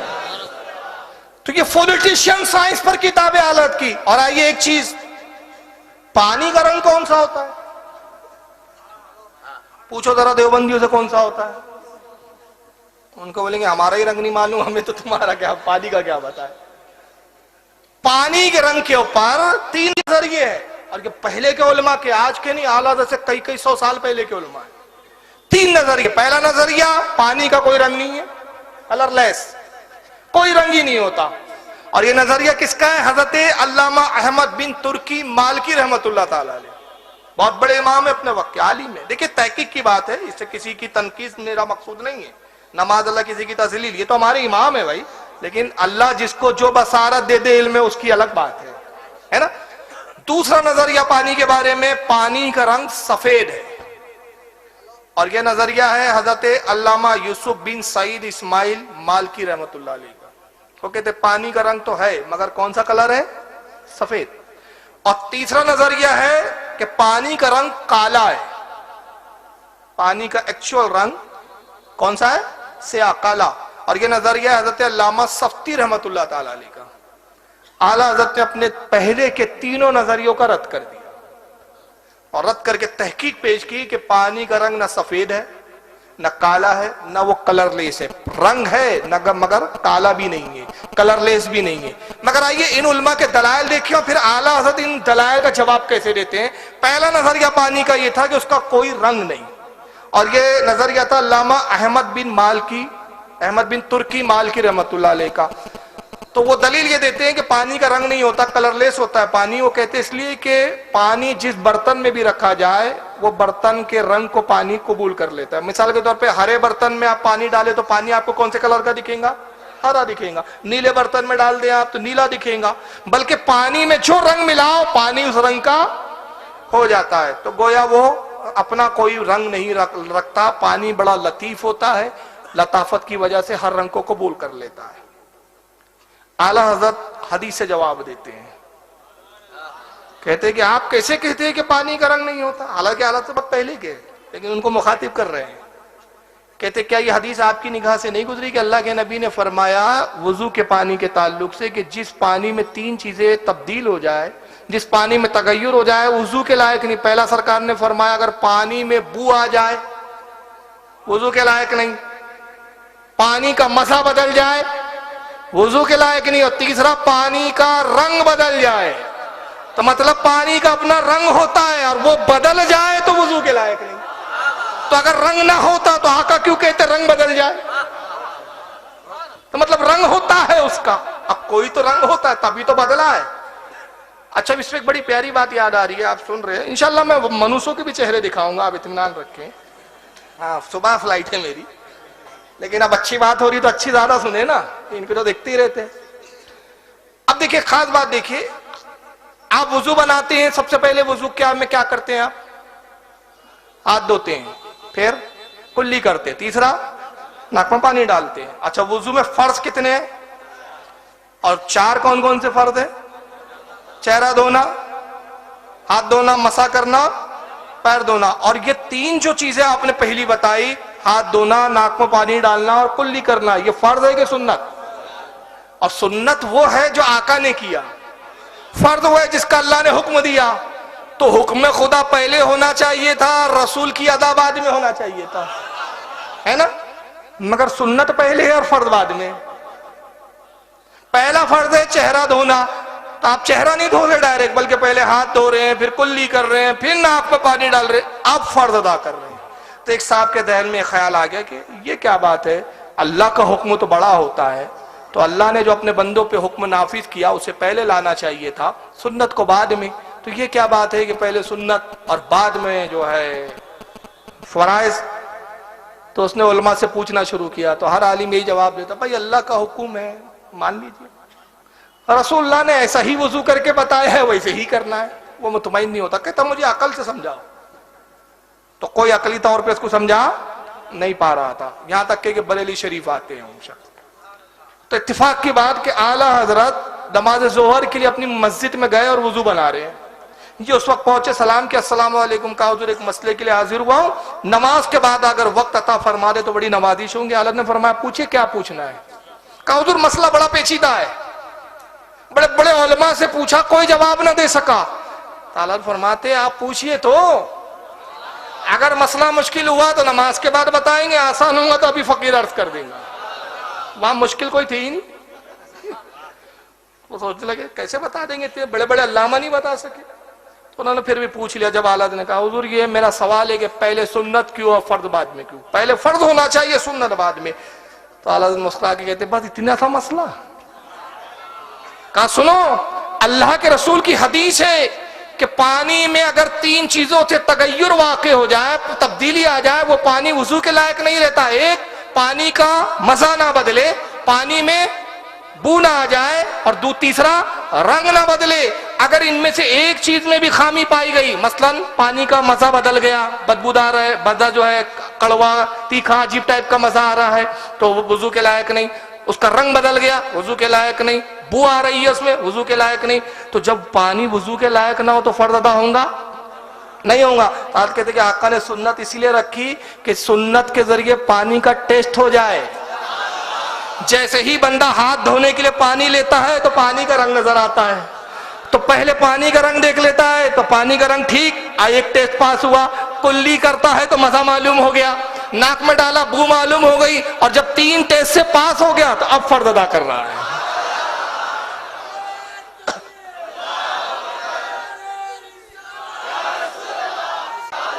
खैर एक बात सुने, ये आला हजरत के लिए कोई बड़ा मसला नहीं था। मैं तो एक जुमला कहता हूं, सुन ले, इसको नोट कर ले, और देवबंदी खासतौर से नोट कर ले। मैं कहता हूं आला हजरत के जमाने में बरेली की जो फिजा होती थी ना, उसमें फिका होती थी।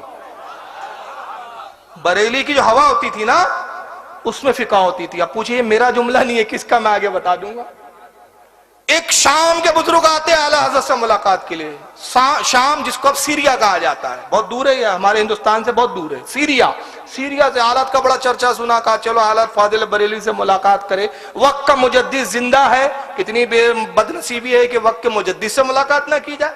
सफर करते हुए वो मुल्क शाम से सीरिया से आए। जब पहुंचे तो जोहर का वक्त था, और गर्मी के दिन थे, तो गर्मी की वजह से पानी का लेवल बहुत डाउन हो चुका था। कुएं, उस जमाने में तो कुएं और बोरवेल से पानी लिए जाते थे। आज भी यूपी का अक्सर इलाकों का वही हाल है, कुछ तरक्की याफ्ता शहरों को छोड़कर, कि बोरवेल ही इस्तेमाल होती है वहां पानी, और कुएं इस्तेमाल होते हैं। तो पानी उनको, जब वो आए तो इत्तेफाक से जोहर की अजान हो रही थी, तो उन्होंने ख्याल किया कि पहले नमाज पढ़ना चाहिए, उसके बाद आला हज़रत से मुलाकात करेंगे। ये तो गैर मुनासिब है कि नमाज छोड़कर आला हज़रत से मुलाकात करने जाए, और फिर खुद आला हज़रत भी नमाज के लिए मस्जिद में आते ही होंगे। तब वुजू के लिए पानी के लिए जब मस्जिद में आए तो लेदर, उसमें पानी भरा होता है, टांग लेते हैं कांधे पे, अजमेर में मिलता है, हाँ, उसको मश्क बोलते हैं। तो बहरहाल वो उसमें पानी ले जा रहा है बच्चा, वो कहीं से, अब वो वहीं का रहने वाला था, उसको पता था किस कुएं का पानी और कहां से। तो पानी लाया, तो इन्होंने देखा पानी दिखा, तो बड़े खुश हो गए, बच्चे रुको रुको रुको, ये वजू के लिए हमें पानी दे दो बेटा, बड़ा एहसान होगा। बच्चे ने घूर के देखा, कहा आप आलिम है? कहा मैं आलिम हूं।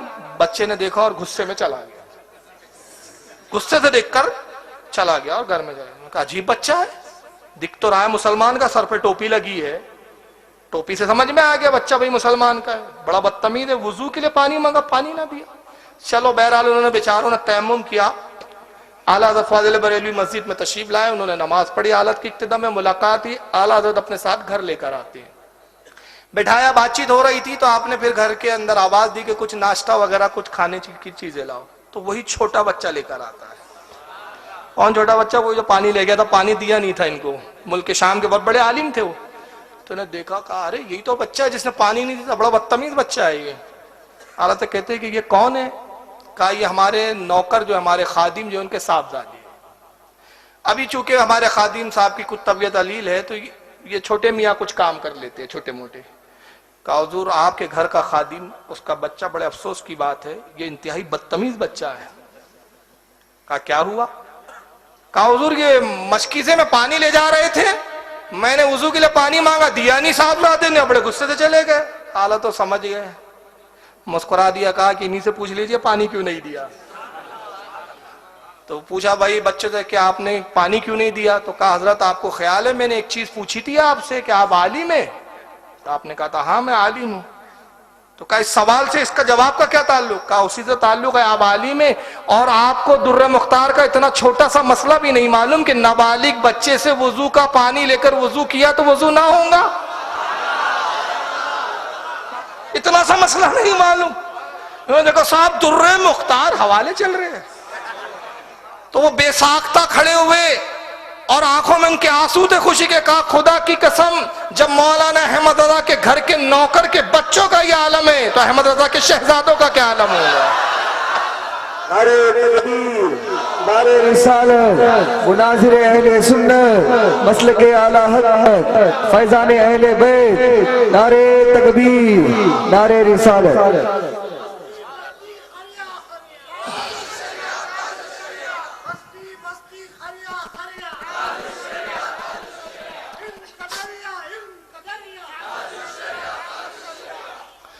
तो अंदाजा लगाइए बरेली की फिजा में फिका नहीं है। जब बच्चों का यह हाल है तो बड़ों का क्या हाल होगा, फिर मुफ्ती आजम का क्या हाल होगा, फिर हुज्जतुल इस्लाम का क्या आलम होगा, और फिर आला हजरत तो आला हजरत ही है। अब लोग उड़ते इसलिए कि उनके यहाँ कोई हजरत ढंग का नहीं है, तो फिर आला हजरत कहां से लाए। तब हम क्या करें भाई, आपकी किस्मत खराब है। हमारी किस्मत तो इतनी अच्छी है अहले सुन्नत की कि देखिए हमें रसूल मिला तो रसूल आजम, हमें खलीफा मिला तो फारूक आजम, इमाम मिला तो इमाम आजम, शहीद मिला तो हुसैन आजम शहीद आजम, है ना। हमारे यहाँ हाल गौस मिला तो गौस आजम, और हाल यह है कि मुजद्दिद मिला तो मुजद्दिद आजम, मुफ्ती मिला तो मुफ्ती आजम, तो यहां से वहां तक सब आजम। अच्छा सारा दीन यही है, यही है ना। अरे मोहिउद्दीन यही है, मोइनुद्दीन यही है, निजामुद्दीन यही है, सिराजुद्दीन यही है, अलाउद्दीन यही है, ताजुद्दीन यही है। सारा दीन तो यही है। अब वहां है तो क्या बचा है, देव है और वो भी बंद है।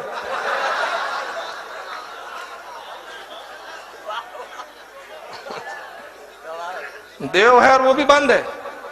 अच्छा ये नाम क्यों हुआ देवबंद, आपने कभी गौर किया। मैंने एक देवबंदी से पूछा, यार ये देवबंद क्यों बोलते हो तुम्हारे यहाँ। अभी नेट पे डाल दिया हमारे यहाँ के लड़कों ने जुमला मेरा, तो कहा कि भाई वो देवबंद शहर का नाम है। अरे मैंने कहा हाँ तुम्हारा देव था क्या कोई, तो उसका नाम क्यों देवबंद रखे। बोले नहीं मुझे नहीं मालूम। मैंने कहा मैं बताता हूँ देवबंद। वो देवबंद इसलिए हुआ बेटा कि जो देव था वो बोलता था फातिया बान, मिलाद बान, उर्स बान, चादर बान, नियाज बान, ये बान बन बन बन देवबंद। तो तुमने सब बंद किया, तुम हुए देवबंद, तो खुदा भी कहेगा इसके लिए जन्नत के दरवाजे बंद। सभी तो बंद है, कुछ चालू नहीं है वहां पर। बहरहाल चलिए बात कहीं और जा रही है। तो उनका नजरिया ये था, हज़रत अल्लामा अहमद बिन तुर्की मालकी रहमतुल्लाह अलैह का, पानी का रंग नहीं होता, कलरलेस होता है। दलील क्या दी थी, जो रंग में रखा जाए वो रंग जाहिर होता है, जो रंग मिलाया जाए उसमें मिक्स हो जाता है। आला हजरत ने हदीस से उसका जवाब दिया, और दूसरा जवाब ये दिया बड़ा बेहतरीन, अब ये साइंटिफिक जवाब है। पहला जवाब तो हदीस से दिया, दूसरा साइंटिफिक जवाब दे रहे। साइंटिफिक जवाब ये देते आला हजरत, ये इल्म फिजिक्स का मसला है कि आला हजरत कहते हैं कि जो चीज का रंग ना हो वो दिखाई नहीं देती। शाय के दिखने के लिए रंग का होना जरूरी है। भाई हवा का कोई रंग नहीं है, इसलिए हवा में किसी चीज का रंग ही ना हो तो फिर वो दिखाई नहीं देंगी। रंग है तो दिखेगा, तो पानी दिखता है मतलब रंग है, तभी तो दिखता है, विदाउट रंग के कोई नहीं दिखता। अब दूसरा नजरिया था हज़रत अल्लामा यूसुफ बिन सईद इस्माइल मालकी रहमतुल्लाह अलैह का, और वो क्या था कि पानी का रंग सफेद है। नहीं सफेद है, वो अल्लामा सफ्ती है जो काला बोलते हैं। अल्लामा इस्माइल यूसुफ बिन सईद इस्माइल अलैह रहमत व रिजवान, इन्होंने 3 दलीलें दी पानी के सफेद होने पर। कहते पहली दलील मुशाहिदा, देखते हैं, हमारा मुशाहिदा है कि हम पानी देखते तो हमको व्हाइट दिखता है, वो सफेद ही नजर आता है, लिहाजा वो मुशाहिदा पहली दलील।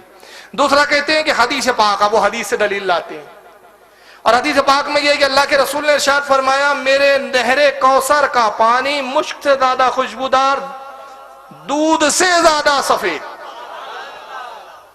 बर्फ से ज्यादा ठंडा। तो कहा देखो हदीस में आया दूध से ज्यादा सफेद, तो मतलब पानी का रंग सफेद। आका ने कहा नहरे कौसर का पानी दूध से ज्यादा सफेद।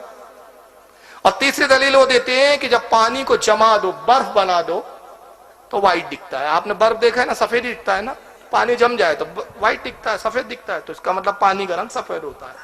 आला हज़रत तीनों दलीलों का 3 दलीलों से रद्द करते हैं। पहली दलील अलग फरमाती है, अगर मुशाहिदे पर ही आपने बात रखी है तो उस पानी को दूध में मिला दीजिए। थोड़ा सा बर्तन में जब आप दूध में मिलाएंगे तो किनारों पर आपको हल्का नीलाहट नजर आएंगे, नीलापन।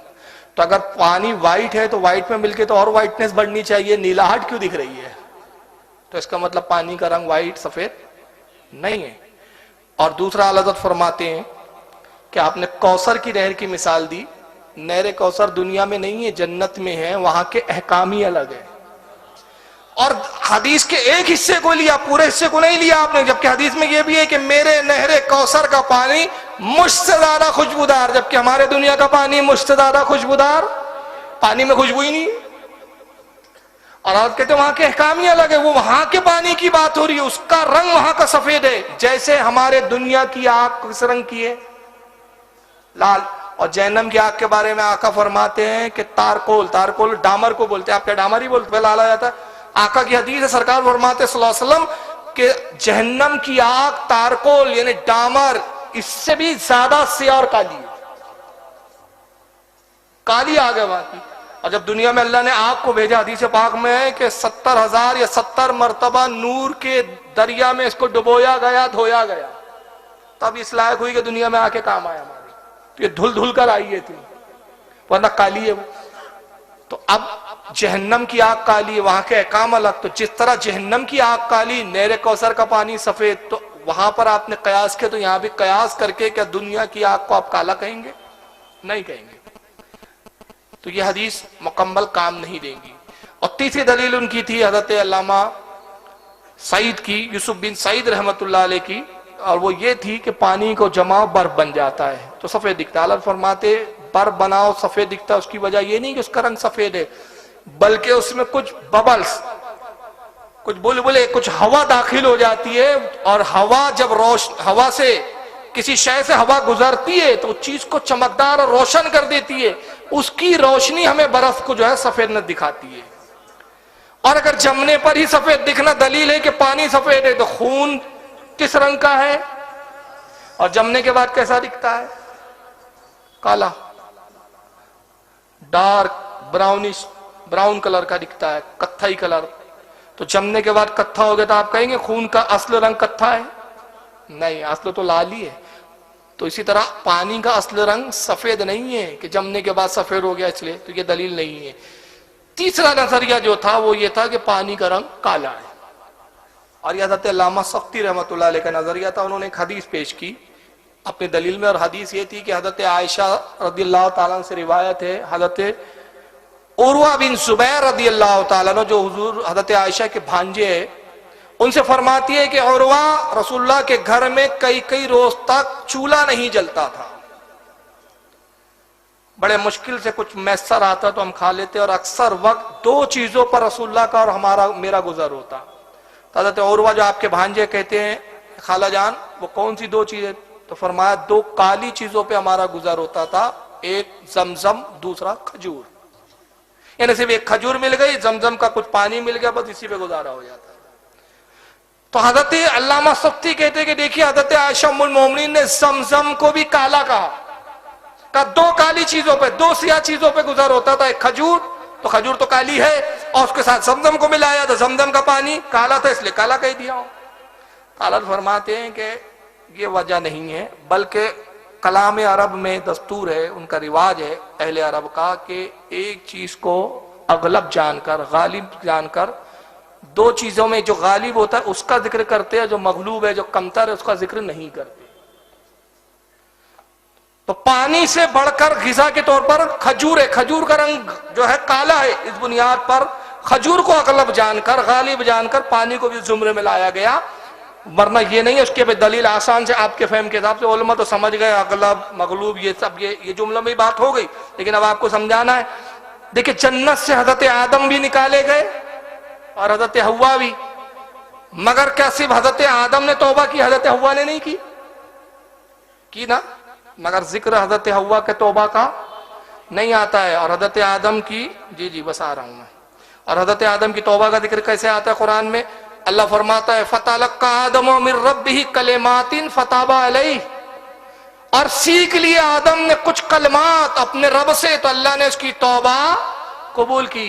इसमें तो हजरत हव्वा का जिक्र ही नहीं है, इसका मतलब कि हजरत हव्वा की तौबा कबूल नहीं हुई, मगर आदम का जिक्र इसलिए किया कि आदम गालिब है, हाकिम है हव्वा पर, मर्द अजीम है औरत के मुकाबले में। तो खजूर जमजम के मुकाबले में ग़िज़ा के तौर पर ये पीने, तो ग़िज़ा की अहमियत पीने की चीज से ज्यादा होती है, तो उसको अगलब मानकर उस तरफ तस्करा किया गया। तो ये तीन दलीलों का रद्द किया आला हज़रत ने, और उसके बाद फिर तहकीक के बाद आपने फरमाया कि पानी का जो असल रंग होता है ना वो काला होता है ना सफेद, बल्कि काले और सफेद के दरमियान माइल बसिया हल्का कत्थे कलर का रंग। अब दलील क्या है, वो बहुत सारी दलीलें दी, लेकिन अब वो दलीलें मैं सुनाऊंगा तो पूरी तकरीर इसी पे खत्म हो जाएंगी। ये किताब पानी के ऊपर ये आलत का पूरा रिसाला है, पानी की और तहकीकात रज़विया। ये आपको कुतुब खाने अमजदिया दिल्ली से मिल जाएंगे, इसको पढ़ें और इसमें आलत के दलाइल देखें। सिर्फ एक दलील बता दे रहा हूं कि आला हज़रत के जो बहुत सारे दलाइल है, माइल बसिया यानी हल्का ब्राउनिश और कत्था रंग होता है असल पानी का। उसकी दलील में क्या कहते हैं, ये आपको प्रैक्टिकल देख सकते हैं। सफेद कपड़े पर आप पानी डाल दिए, ये सफेद रुमाल है, इस पर पानी डाल दिए तो जितनी जगह पानी गया वो जगह कैसी दिखती है, लाइट ब्राउन। तो अगर पानी व्हाइट होता तो व्हाइट पर गिरकर ये जगह भी व्हाइट ही दिखनी चाहिए, जबकि वैसी नहीं दिखती। चलिए, बहरहाल आला हजरत के ये उलूम पर हमने चंद बातें की। इस सिलसिले को बहुत दराज किया जा सकता है, लेकिन वक्त हमें इजाजत नहीं दे रहा है। मगर आइए, अब जिनके यहाँ कोई हजरत थी, मैंने गुफ्तगू यहीं से की थी, तो वो फिर आला हजरत कैसे मानेंगे। तो मौलवी जर्जिस को सुनो, इनको आला हजरत कहने पे बड़ा एतराज है। तो पहले ये गैर मुकल्लिद है अहले हदीस, और इनकी ये दलाइल और जहालत देखकर आपको यकीन हो जाना चाहिए कि रुए जमीन पर जो बददिमाग होता है वही वहाबी बनता है, जो जाहिल होता है वही वहाबी बनता है। इसलिए कि जो समझदार हो वो कभी गुमराहियत की तरफ नहीं जाएगा। तो आइए ये क्या कहता जरा सुनिए। आज से 100 साल पहले पैदा होने वाली शख्सियत का नाम इन्होंने रखा आला हजरत। हमारे नबी को तो सिर्फ हजरत कहा जाए और अपने पीर के साथ अपने उस जिससे अकीदत को जोड़ा है उसको आला हजरत कहा जाए।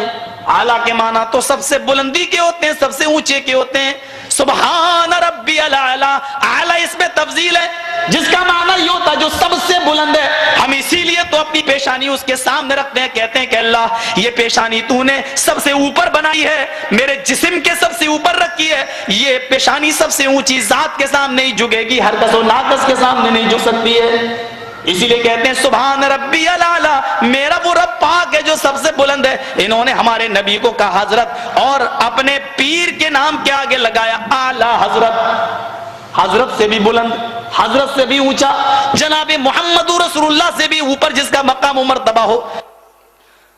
एक बात याद रखिए, जब तक वहाबी झूठ नहीं बोलेगा उसका फिरका काम नहीं कर सकता।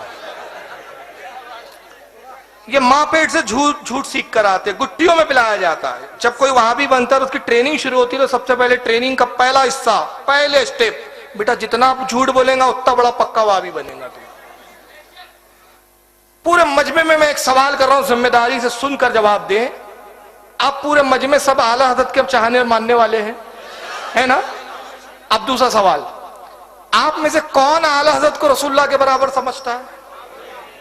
झूठा इल्जाम है ना। अरे रसूलुल्लाह तो बहुत बड़ी बात है, हम तो गौसे पाक के बराबर नहीं समझते, गरीब नवाज के बराबर नहीं। खुद आला हजरत का क्या कहना है, तुझसे दर, दर से सग, सग से है मुझको निस्बत। सग कहते कुत्ते को, कहते गौसे आजम आपका मकाम इतना बुलंद कि मैं अपनी निस्बत आपसे करूं, हाशा लिल्लाह, ये मेरी जुर्रत नहीं, बल्कि तुझसे दर, आपका दरवाजा है जो दरवाजा घर का, उससे आपको निस्बत है। और दर से सग, वो दरवाजे के बाहर जो कुत्ता बैठा है, आपके घर की रखवाली करने वाला कुत्ता, उसको आपके दरवाजे से निस्बत है, और उस सग से है मुझको निस्बत। मेरी गर्दन में भी है दूर का डोरा तेरा, और इस गुलामी के जो सग है मारे नहीं जाते, हश्र तक मेरे गर्दन में रहे पट्टा तेरा।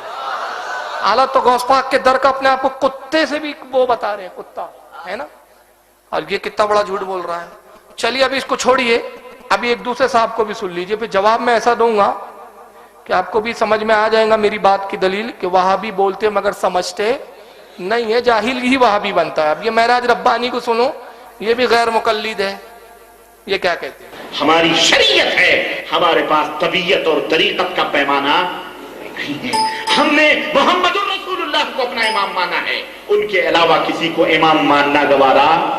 हाँ, जाओ दुनिया की किसी भी अदालत में चैलेंज कर दो, दुनिया की किसी भी, और मैं उम्मत को यही दावत देता हूं कि मेरे नबी की उम्मत के लोगों, कोई आला हजरत नहीं, आला हजरत हजरत मोहम्मद रसूलुल्लाह, नबी सल्लल्लाहु अलैहि वसल्लम तो हजरत मोहम्मद हो हैं, और 14 सदी का ये मुशरिक मौलवी आला हजरत।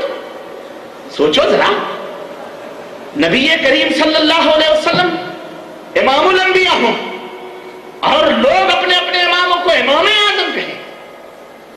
अब इसके पेट में दो बातों पे दर्द है।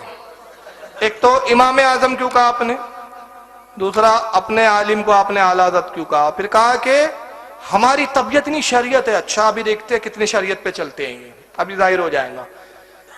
कहा लोग इमाम कहते हैं अपने आलिमों को, हमारा इमाम रसूलुल्लाह, हम रसूलुल्लाह के अलावा किसी को इमाम। तो ये इमाम बुखारी कौन है, फिर ये इमाम मुस्लिम कौन है, ये इमाम अबू दाऊद कौन है।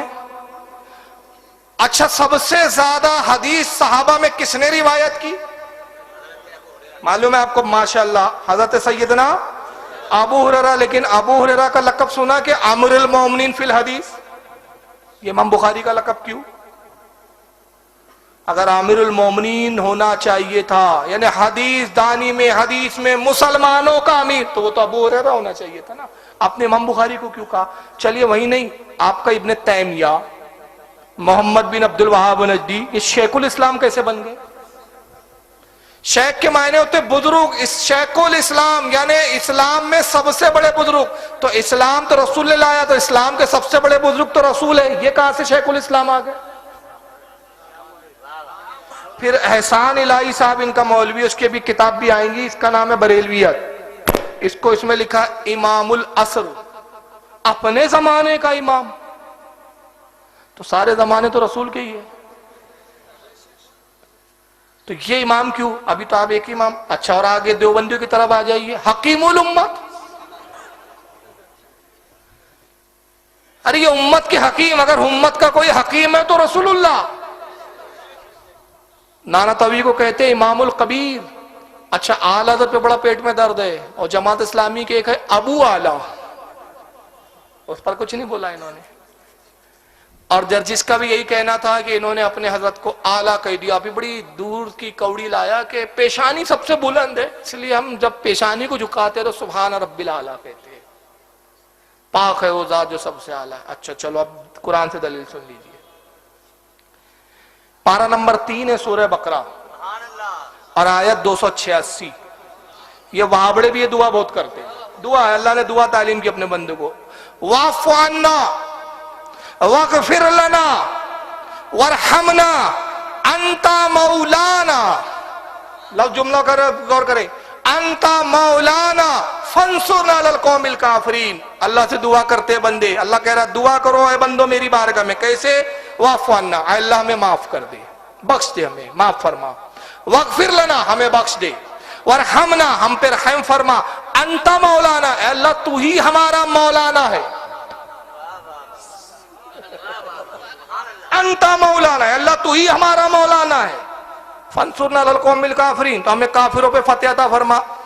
अब मुझे बताइए, अल्लाह भी मौलाना और ये सब मौलाना, इनकी जमात का भी मौलाना, तो ये दोनों एक है क्या? चलिए और आगे बढ़िए। पारा 9 सूरह अनफाल आयत 40, अल्लाह फरमाता है इन्नल्लाह मौलाकुम नेमल मौला व नेमन नसीर। अल्लाह ही तुम्हारा मौला है। अल्लाह कह रहा मौला कौन है? अल्लाह।